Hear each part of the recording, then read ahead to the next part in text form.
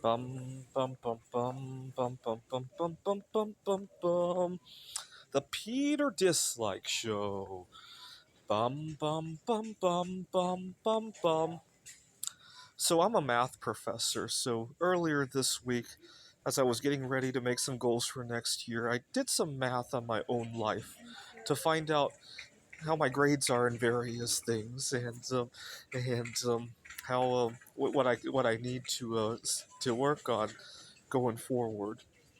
And I made a rather shocking discovery, and I discovered that 2 out of 3 times that I go on a first date, I end up having a second date. And a pretty respectable 20% of the time, I end up in a long term relationship of some sort. Those don't sound like very bad statistics, right? But there's a huge caveat to it. I'll let you pause the video to think where the caveat is. The problem is that I don't go on that many first dates in the first place.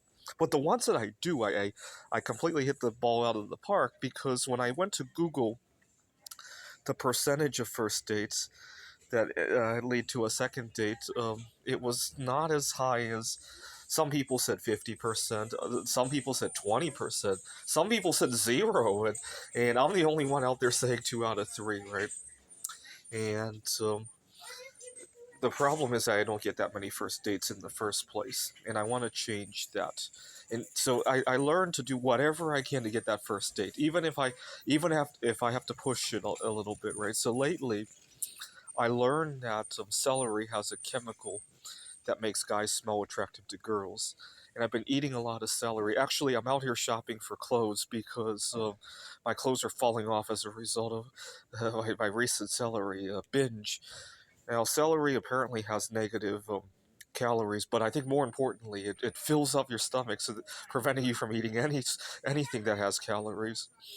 And just the other day, I didn't realize it until the following day. I was thinking about what I ate the previous day, and I only ate like 700-800 calories. I didn't even sense, I was under eating by that much, because I've been so focused on the celery. But anyway, I was thinking about this, and I just need that. I've learned to do everything and anything, right? Like offering the rewards, like the celery binges, and just telling everyone, even if it's off, right? So for example, I'm a professor. Some of the students I have much better rapport with. I comment on how great a relationship they have. I wish I could have that. Just to throw the dragnet as far as I can, right? Though I know I used to not normally do that, but now when I see my students having a good relationship, I comment on it and say, that why don't you pray for me, that I find relationship just like that, right? That way I praise them, at the same time I throw the dragnet out there as well, right? And I tell them to pray for me by waving their thumbs down at me. And I explain to the student that if you expect people to boo you like that, and they do, you won't be disappointed, right? So just having good rapport. And throwing the dragnet as far as I can, no matter how awkward it is, right? So, for example, even a joke sometimes about